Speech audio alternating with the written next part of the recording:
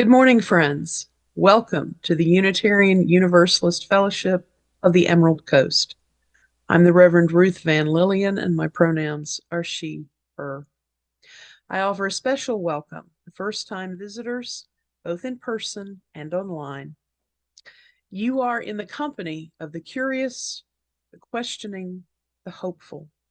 We are a band of faith explorers, each searching for meaning, none forcing their beliefs on others, and all learning from one another's discoveries.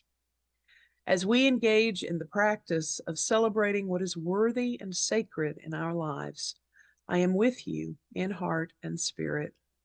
And as your part time contract minister, I am available remotely for your pastoral needs. 'Tis the season for the filing of taxes, the planting of gardens, the dyeing of eggs, and the planning for spring break. Easter is on its way, a little early this year, and I will be here to celebrate with you in person at the end of the month.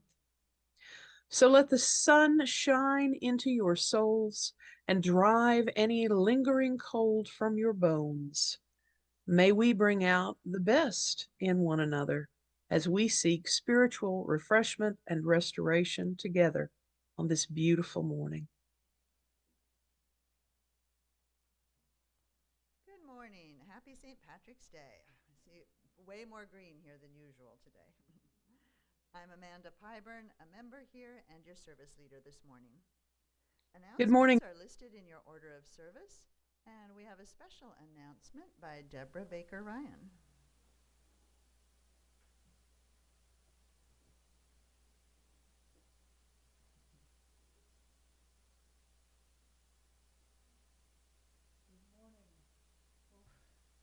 On. Okay, got to get really close, right? Eat it. Okay, so I'm Irish. How about you? Happy St. Patty's Day. Um, we have a phenomenal event that's going to be happening on April 14th, another phenomenal event here at the UFEC. We're going to have our Poetry Sunday. We haven't had Poetry Sunday for a while, but we would love to include as many poets that we have in our congregation in that service. So if you will, see me after the service, or if you have my email address, please contact me that way, or Amanda Piper. And most of you know her address and contact information. We love Poetry Sunday here at the UFEC, don't we? We have had so many phenomenal ones, and I know this is going to be another great one.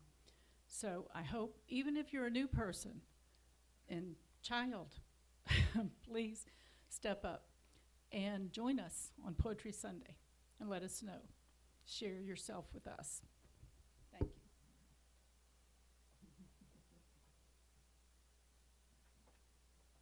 you. Good morning again, Miriam Williams, for your stewardship moment. Drum roll, please. We're about 2/3 of the way through our pledge drive. Got $72,170. Give ourselves a round of applause.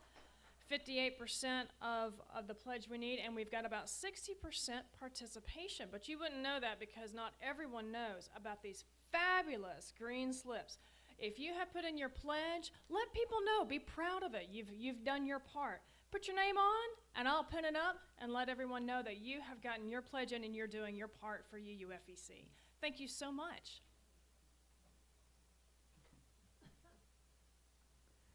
After the service, everyone is welcome to join in the back for coffee, refreshments, and conversation. At 11:15, we move to what we call second hour, our small discussion groups. Today's choices are listed in your order of service. We have UU 101.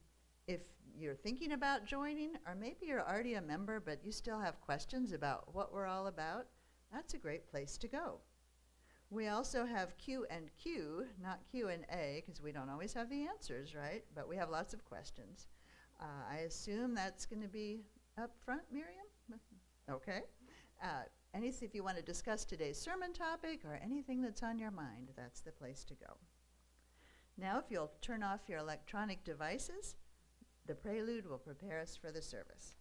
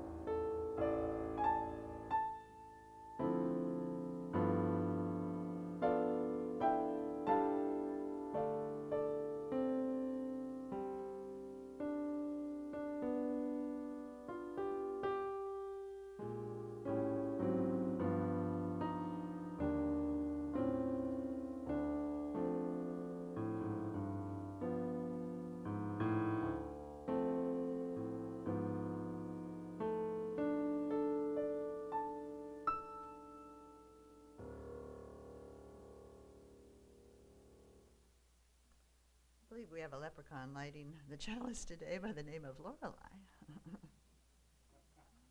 Dressed for the part.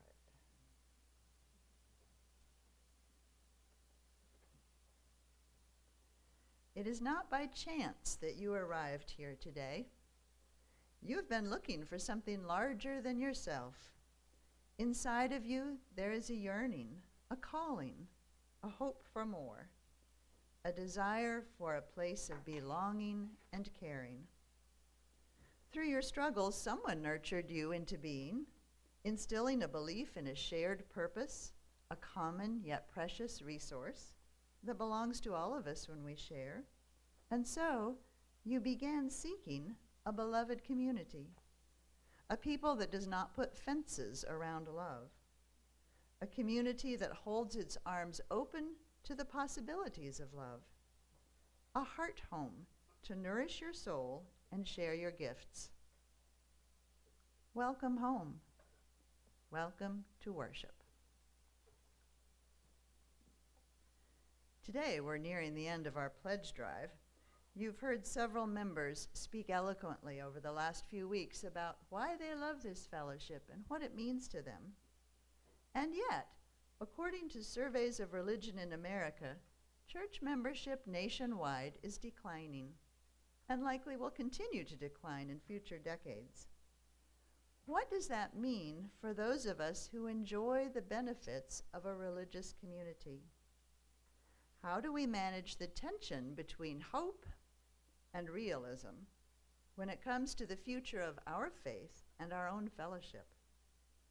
Today we explore what we as Unitarian Universalists can do for religion today and tomorrow. Please stand as you're able for our opening hymn. It's in the Teal hymnal, number 1008, When Our Heart is in a Holy Place.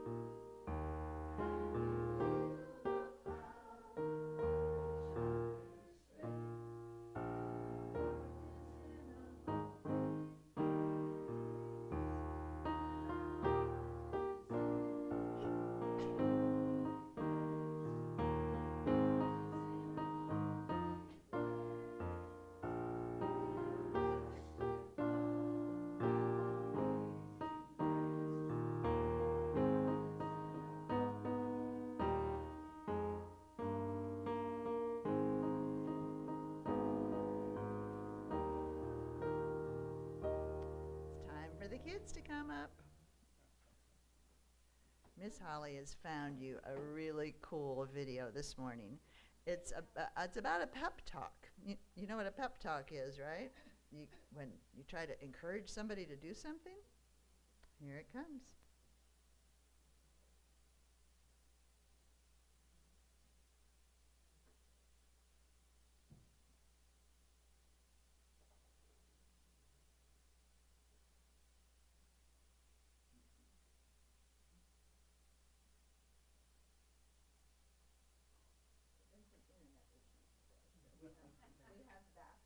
I think we all need a pep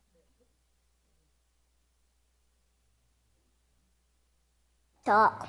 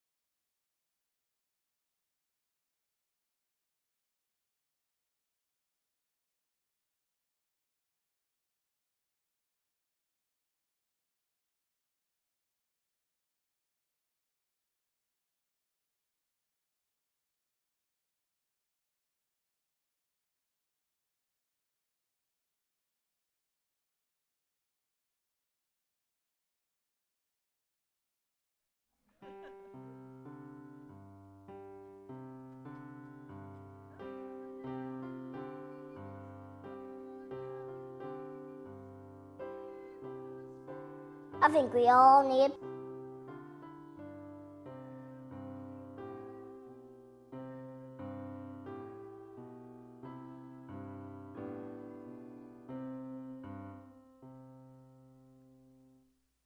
Sharing our joys and concerns is a sacred time for us. You're invited to drop a pebble into the bowl of water either silently or while speaking into the microphone. This sharing helps us celebrate together in joy and comfort each other in sorrows.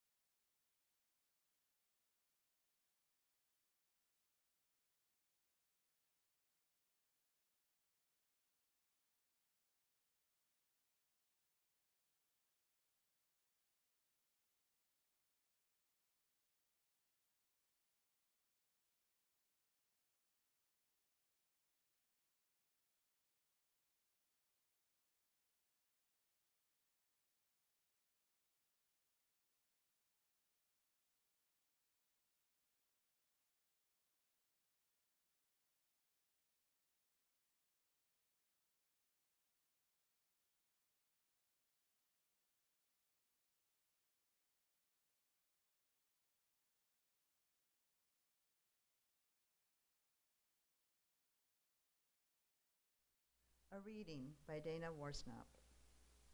Often people say they love coming to a place with so many like-minded people. I know just what they're getting at, and I know that they aren't getting it quite right. I don't want to be with a bunch of people who think just like me. I want to be in a beloved community where I don't have to think like everyone else to be loved, to be eligible for salvation.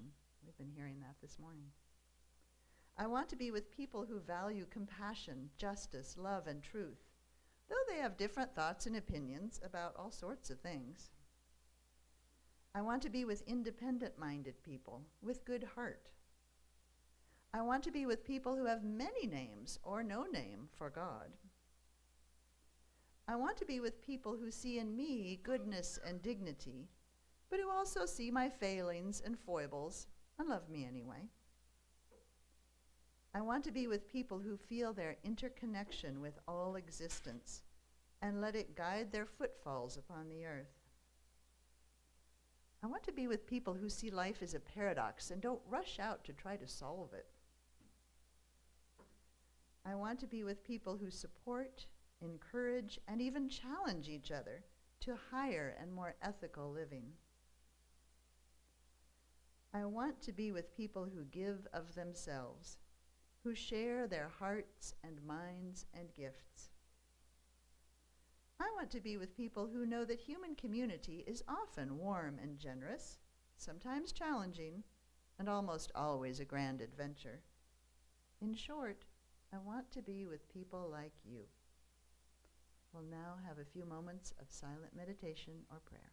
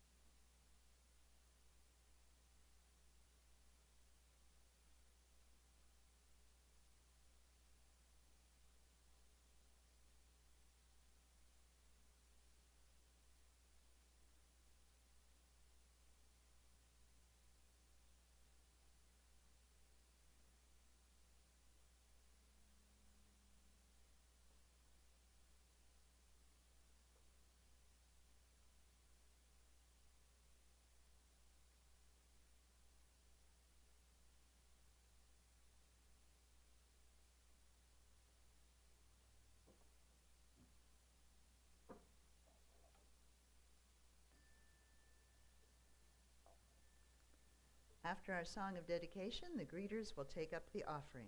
If you have your pledge, you can put that in there too. Our fellowship is supported by our pledges and donations. If you're paying your pledge with a check, please make a note of that on the memo line. Our Share the Plate tradition splits equally all cash and other checks with a local charity. For March, our Share the Plate partner is Shelter House. Shelter House supports victims of domestic and sexual violence by providing shelter, intervention, and prevention programs to the community. Please be generous.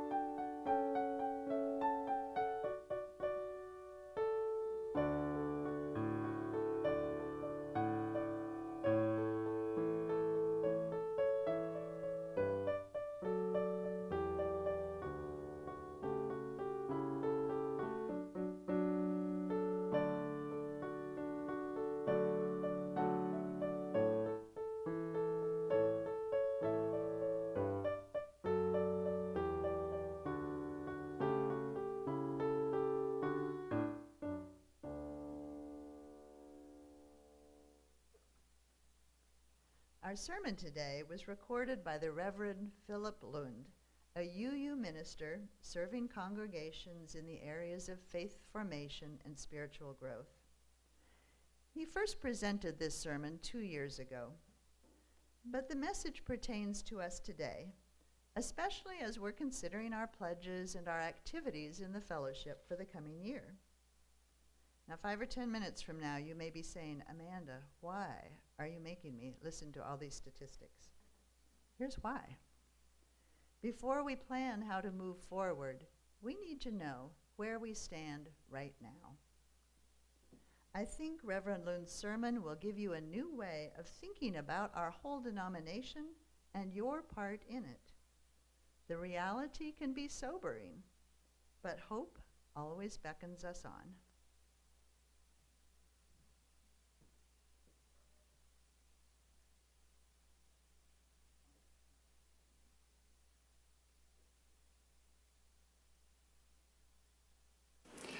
As a staff person for the Mid-America region who works primarily with small congregations, I've had the opportunity to observe just how much things have changed in our religious communities since the pandemic began in early 2020, when in-person Sunday services were canceled and buildings were closed, as it became clear how serious the pandemic was and continues to be. And even though most congregations were able to quickly pivot to gathering online, it wasn't and still isn't quite the same. Doing church has changed dramatically since the pandemic struck. But the need for change wasn't necessarily caused by the pandemic. The general attitude toward religion in America was already in the midst of a marked transformation, a transformation that has only been accelerated by the COVID-19 pandemic. Almost 15 years ago, Holly Ann Lux Sullivan, a UU minister who is currently a bereavement counselor in North Carolina, delivered a sermon that exemplifies how the attitude toward religion has changed in the United States. In a Barnes & Noble before Easter, she writes, I watched a woman glance at a table of books and make a face like she just tasted something awful. Then she hurried on by as if she were afraid the books would bite. Curious, I looked to see what she had grimaced at. All the books on the table were about religion, primarily Christianity. They had titles like Misquoting Jesus and What Jesus Really Meant. All I could think was, is this what we've done to God? Is that what we've done to religion? Is American religion today in such a sad state that when someone sees a table full of religion books in a bookstore, she scurries away and looks like she's going to be sick? The answer is yes, says Lux Sullivan. This is what we've done to religion. And the truth is, something has happened to religion over the last few decades.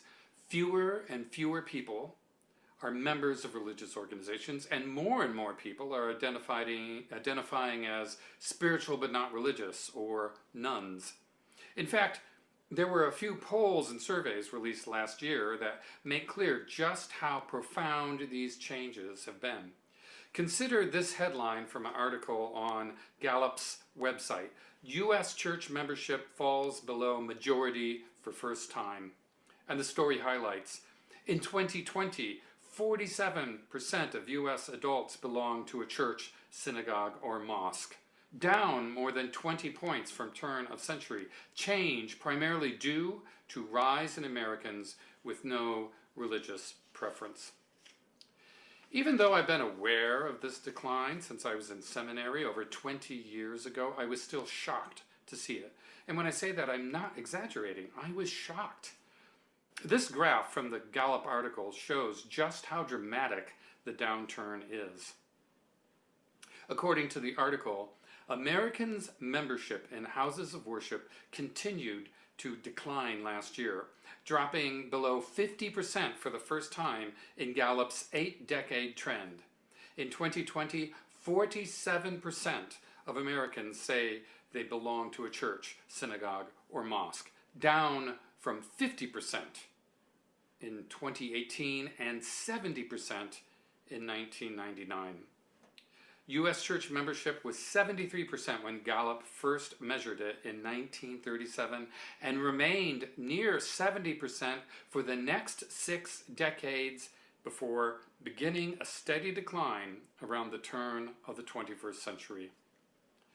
This milestone of church membership falling below 50% of Americans is truly alarming, and it's especially alarming for small congregations. And frankly, it leaves me a little disheartened. I truly believe being part of a religious community, be it a church, synagogue, or mosque, has real benefits, spiritual, emotional, even physical. Along with the decline in membership, there's been a drop in worship attendance too. The latest Faith Communities Today survey reports that there has been a decline in median worship attendance among U.S. congregations since 2000, the year they started tracking trends in the U.S. religious landscape. 20 years ago, the median worship attendance was 137. In 2020, that number was 65, a 50% drop in attendance. This fall off is consistent among all congregations. It doesn't matter if their membership is growing, plateauing, or declining. So, what are we supposed to do with this news? In her sermon, What Can We Do for Religion Today?, Holly Ann Lux Sullivan offers this suggestion. Being hopefully realistic in the face of adversity is what we can do for religion today. It's a great idea, but to be honest, being hopefully realistic at this point in the 21st century can be difficult. There are so many heartbreaking things happening right now. More and more of the Antarctic ice shelf is falling into the ocean. Over 800,000 Americans dying of COVID. The foundations of the democratic society being threatened at home and around the world. The refusal by many of our fellow citizens to confront the racial and economic injustices of our society. Still, I think there is some hope to be found, but to get there we need to start with being realistic. We need to go a little deeper into what this decline in church membership means for us as Unitarian Universalists, especially those of us whose primary experience of Unitarian Universalism is in small congregations. To do that, I'd like to take a look at another survey that came out last year, this time from the Public Religion Research Institute. What I like about PRRI's 2020 Census of American Religion, which was published last July, is that it actually includes Unitarian Universalists, just barely. If you look at this chart from their census, you'll see that Unitarian Universalists are the last religious group they mention by name, right before other religion, which is where most other surveys of religion put UUs.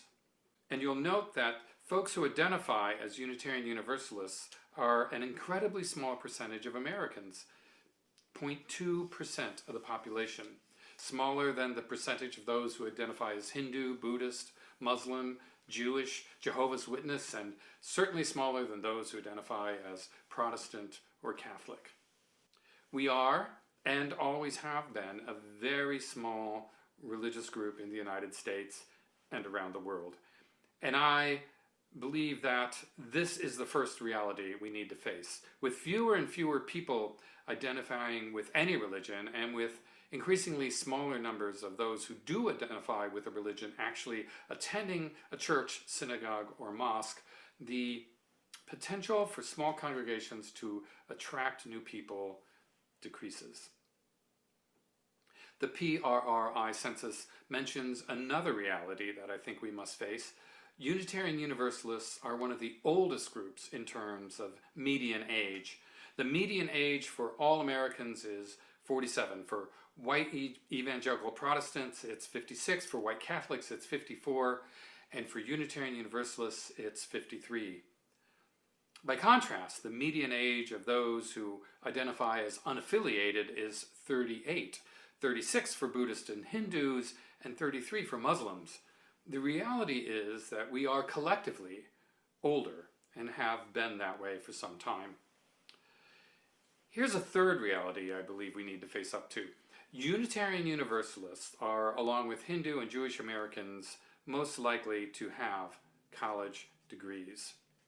53% of Unitarian Universalists have 4-year college degrees or higher, compared to 36% of the US population, age 25 and older. 36% is, by the way, the same percentage of the religiously unaffiliated who have a 4-year college degree or higher.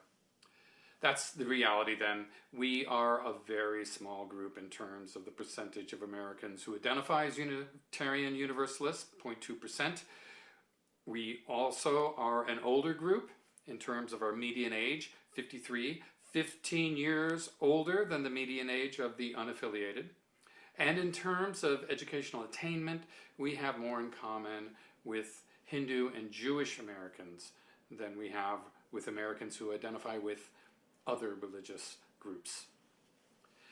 There's one more reality check I'd like to offer, and this one comes directly from our UUA, specifically the membership statistics from 1961, when the American Unitarian Association and the Universalist Church of America merged, to 2020.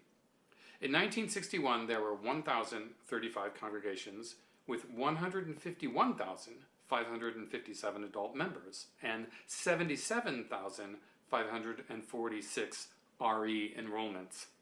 In 2020, there were 1,027 congregations with 152,921 adult members. Not bad, eh?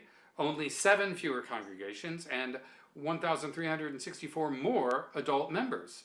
But here's the reality. In 2020, there were only 34,768 RE enrollments. That means when we look at the combined adult membership and RE enrollments, we've gone from 229,103 in 1961 to 187,689 in 2020, a decline of 41,414. Back in 2005, Larry Ladd, the UUA financial advisor, said this in his report to General Assembly. For 4 years in a row, I have written in this report that the declines in religious education enrollments should be a warning signal for our movement. And indeed, less than 5 years after Ladd shared his warning, the adult membership in the UUA began to decline after years of small but steady growth, and it continues to decline to this day. So here's the reality. Unitarian Universalism in America is a small group of older, educated adults that is declining in numbers, and that was before the COVID-19 pandemic struck. At this point in the sermon, I wish I could get to the hope, but we need to acknowledge that the pandemic has exacerbated the impact of these realities. Here's what a recent article in the Wall Street Journal says about the situation. The number of churchgoers has steadily dropped in the U.S. over the past few decades, but COVID-19 and its lockdown restrictions accelerated that fall. In-person church attendance is roughly 30 to 50% lower than it was before the pandemic. While religious leaders expect some rebound once the pandemic recedes, many don't expect attendance to return to previous levels. And as Rob Dyer, lead consultant for Ministry Architects, said in a blog post last September, as our society is opening up more and more, people are starting to pick up the weight of busy lives again. With the pandemic and virus variants over their heads, people are finding that they have a reduced capacity for weight bearing. Even joyful activities are getting sidelined in this new normal. Now the church is realizing something not just about young adults, but about people of all ages in our churches. They're not coming back. The super volunteers who used to carry 20 positions in the church are now looking to do just a few things. Our regular attenders are becoming semi-regular, and fringe folk are falling away. Church consultant Carrie Nieuwhof is even more explicit. The great return to church has become the great realization. maybe they're not coming back. Not now, not tomorrow, not ever. So enough with the reality already. Where's the hope? It may seem simplistic, maybe even corny, but when I think about the hope for Unitarian Universalism, I think about the 1,000 plus UU congregations around the country, and more importantly, the people who keep those congregations going. In other words, I'm thinking about you, each of you, the ones who are still here after all the hardships and heartbreaks of the last 2 years. But what does it mean to still be here as we enter the 3rd year of the COVID-19 pandemic? Consider this distinction from Carey Nieuwhof. Pre-COVID, in growing, plateauing, and declining churches, you could break people down who were part of your church into 2 primary categories: members and attenders, and engagers. Think of members and attenders as just that, people who joined your church and or people who attended but rarely moved beyond that. Think of engagers, on the other hand, as, well, members and attenders who engaged in a way far beyond church attendance. Before the pandemic, it was possible for most congregations to survive with this sort of division between members, attenders on one hand, and engagers on the other. But the current reality is different. As Rob Dyer said, super volunteers are now looking to do just a few things. Regular attenders are becoming semi-regular, and fringe folk are falling away. The Gallup poll report put it this way: churches are only as strong as their membership and are dependent on their members for financial support and service to keep operating. Because it is unlikely that people who do not have a religious preference will become church members, the challenge for church leaders is to encourage those who do affiliate with a specific faith to become formal and active church members. This is pretty much what Carey Nieuwhof suggests when he says, turn your remaining attendees into engagers. And like most of the things that I've been talking about today, this is not an idea that's new with the pandemic. The need for attenders to be more fully engaged with their congregations has been around before COVID-19. Here's another story from a minister that occurred around Easter time. It's from the Irreverent blog by Aaron Wathen on the website Patheos. I was writing my weekly note to the congregation, a few days late because I took Monday off and it's all downhill from there. Usually in this note I share a few words about the message for Sunday so we can all be reflecting on the same topic throughout the week. It makes the sermon more of an ongoing conversation. I sometimes discuss something that's going on in the life of the church as well, but this week it was more of a thank you note, because when I think about how much work my church folks did over the last few weeks to get our place ready for Easter, it blows my mind. And as I look around the property, I can see the fruits of many hours of shared labor. Sparkling windows and floors, finely manicured landscaping, dramatic paramounts hung with a complex pulley system by dedicated house elves in the wee hours. And then I start thinking about the work of the worship team, the children's ministry team, and musicians, not to mention the greeters, handshakers, bulletin hander-outers, and coffee makers, and the youth group out there hiding eggs for the little ones, plus more behind-the-scenes workers I have not mentioned. Just thinking about it makes me overwhelmed with gratitude. It's enough to make my mascara run. I'm not crying, you are. In writing this note to my people, I wrote that it takes a whole village of volunteers to make all of this happen. But then I found myself hitting the backspace button because volunteer is not quite the right word for what our people do at church. I know I'm not the only one who cringes when someone sees me without kids in tow and asks if my husband is babysitting. Well, no. I mean, yes, he is at home with the kids tonight, but I do not think you can effectively say babysitting when it's your own dang kid. I'd say we could just call that parenting. I feel the same way when people talk about volunteering at church. And yes, I know it's just a word, but it's the wrong word for a lot of reasons. To volunteer means that you are an outside resource stepping in to help an organization in need. Volunteering is what you do when we pick up trash at the park, or build a house with Habitat, or help sort food at the local food pantry. Volunteering is what I do at my kids' school on Fridays. In other words, it's what you do at a place that is important to you, but not at a place that belongs to you. And I guess that is the important distinction for me. You cannot volunteer at your own church in the same way you cannot babysit your own kid, because the church belongs to you in the same way your family does. It's your own place, your own people. So of course you help take care of it. Of course you do yard work and make coffee and teach the kids and sing in the choir and whatever else it is you do for the home and the people that you love.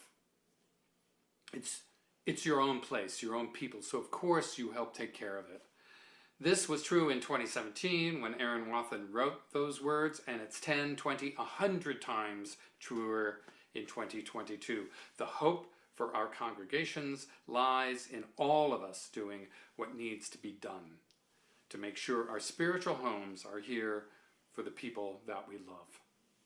And in doing so, we're making sure that our congregations are here for the people in our communities who are still seeking a spiritual home, people who share our common values of believing in the worthiness of every person, showing compassion and fairness, accepting others for who they are, growing through a personal search for truth, leading with democratic spirit, working for justice, understanding that everything is interconnected, and building a diverse, multicultural, beloved community. If our congregations have any hope of surviving, this is it. Even the Wall Street Journal acknowledges that a tighter congregation of devoted members will be stronger in the long run. Now is the time to heed the advice of Carey Nieuwhof, who asks us to focus on the people who stayed, not the people who left, and embrace our new church. To close, I'd like to offer this reading from Starhawk called Community Builds Strength. It sums up perfectly why it's so important for each of us to embrace our congregations and do what needs to be done to make sure our spiritual homes are here for the people that we love. We are all longing to go home to some place we have never been, a place half remembered and half envisioned. We can only catch glimpses of from time to time. Community. Somewhere there are people to whom we can speak with passion without having the words catch in our throats. Somewhere a circle of hands will open to receive us. Eyes will light up as we enter. Voices will celebrate with us whenever we come into our power. Community means strength that joins our strength to do the work that needs to be done. Arms to hold us when we falter, a circle of healing, a circle of friends, someplace where we can be free. May your congregation be such a place.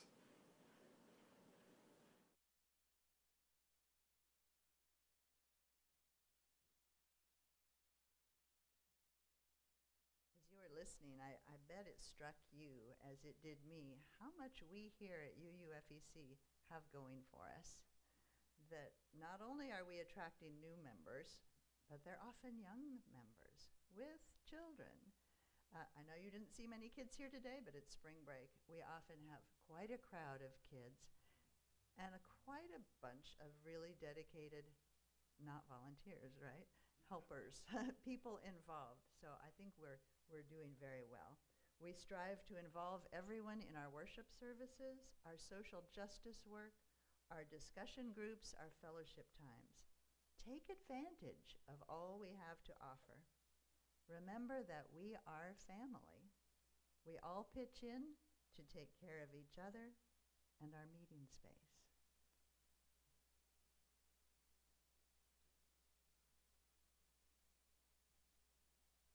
final nod to St. Patrick's Day, I leave you with an Irish friendship blessing. May the roof above us never fall in, and those gathered beneath it never fall out. Please stay seated for the postlude.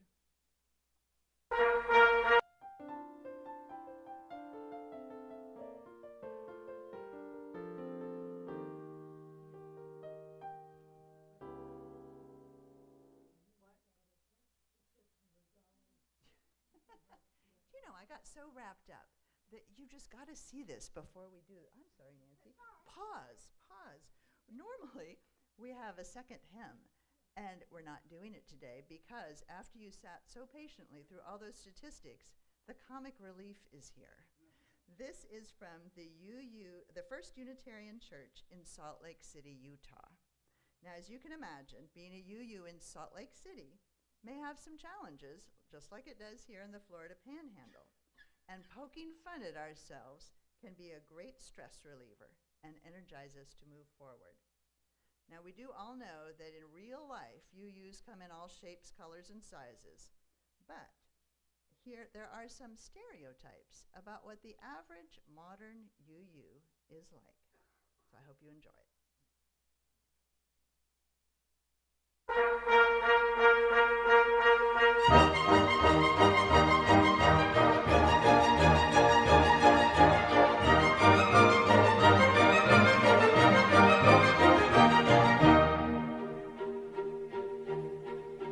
He is the very model of a modern Unitarian.